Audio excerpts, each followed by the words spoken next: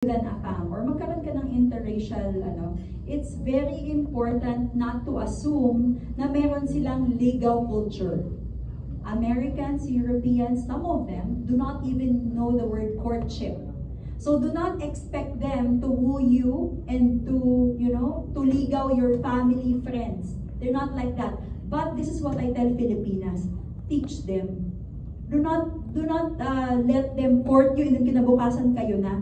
Because sometimes in America, and this is my American friends are saying, if they talk, sometimes they're in the couch, they say, I love you, you love me, that's us.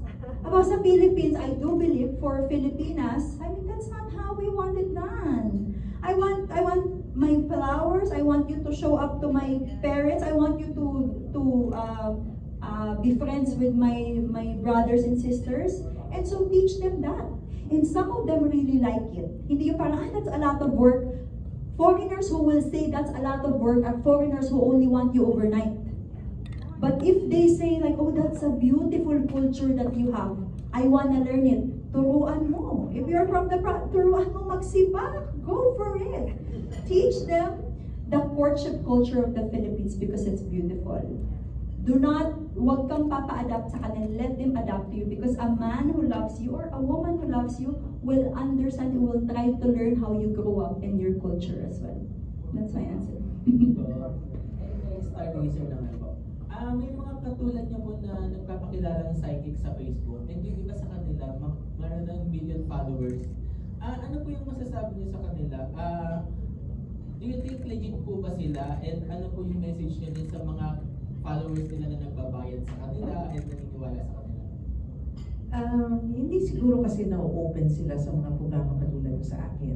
So, marami popular.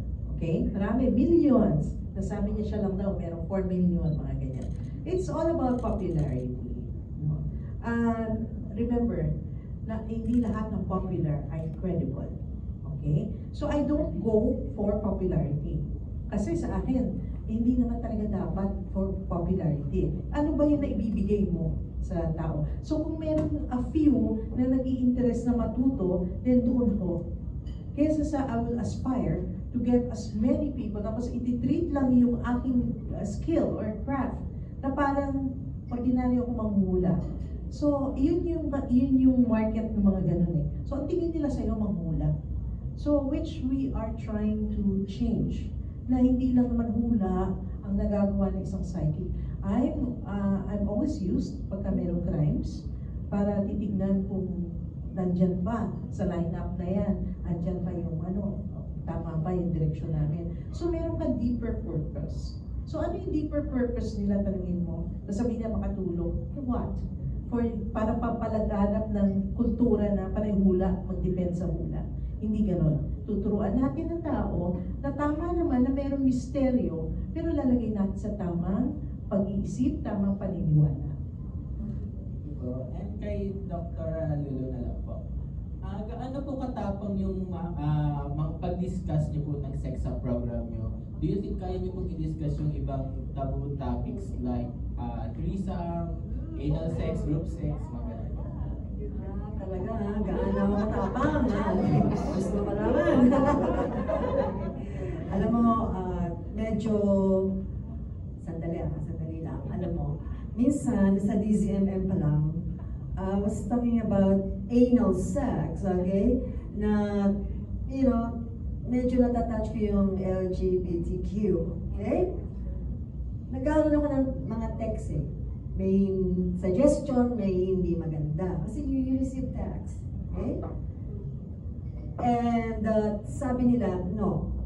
And then pag nagsalita kasi ako, hindi ko sinasabi, oh, yung boyfriend mo, dapat ganito gawin ng boyfriend mo. We avoid that. Okay? Kaya lang may mga text na, Doktora, bakit parang napaka-heterosexual lang naman ang mga relasyon ng mga topic mo? Ganun yung mga text ko dati. So medyo, syempre, nag-usap-usap ng mga producer na medyo iwas sa mga ganon dahil alam mo na, okay, now you're telling me to talk about orgy, I can talk about that. Okay? Kasi meron naman gumagawa pa rin yan. Hindi ko naman pwede sabihin huwag gawin eh. May gumagawa pa rin yan eh. Pati yan MSM, yung man having sex with man, hindi ko pwede sabihin don't do that.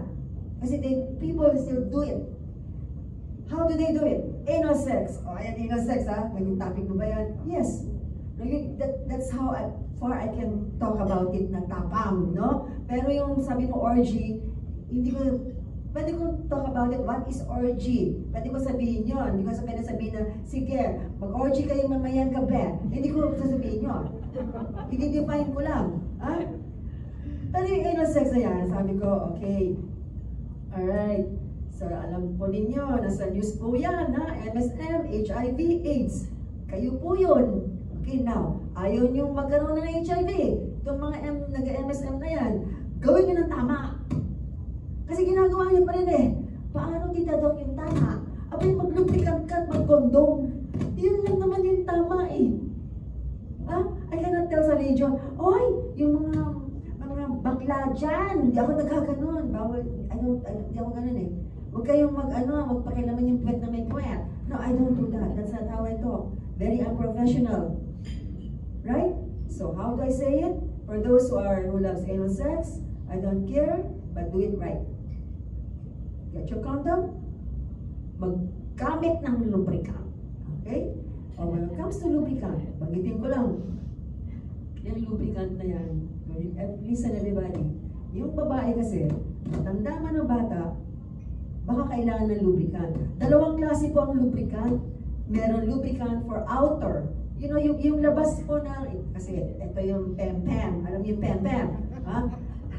Scientific name is vulva. Ano nga? Oh, vulva, hindi vulva. Okay, vulva. Okay.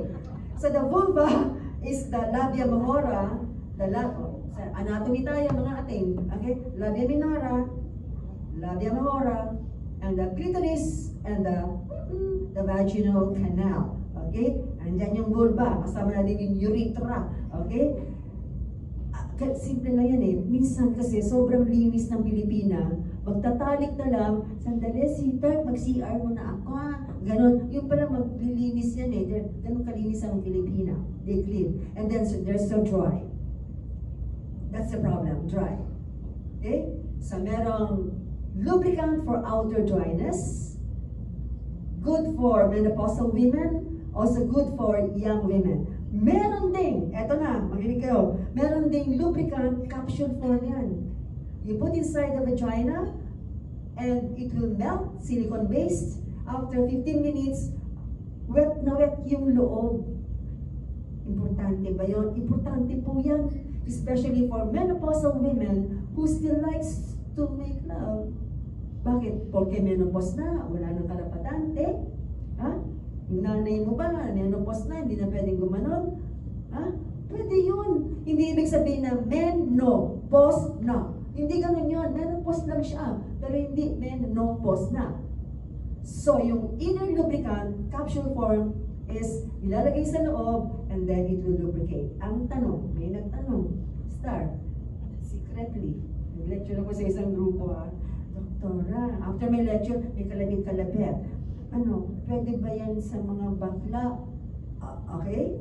I mean, at least, totoo siya sa akin. Hindi niya matanong sa akin diretso sa ganito eh. Tinalabit niya ako eh. Ite-text kita daw kasi, pwede ba yan sa bakla? Ang alin? Yung capsule? Oo.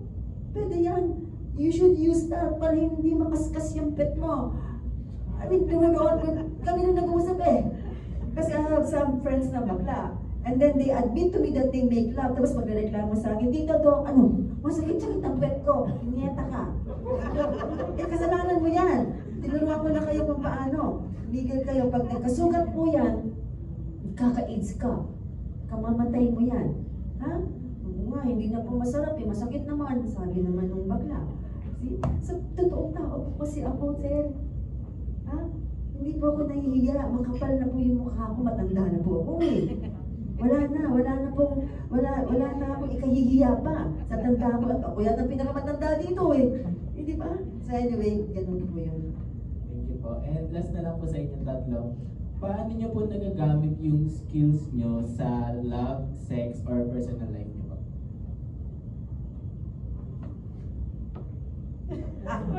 Ako.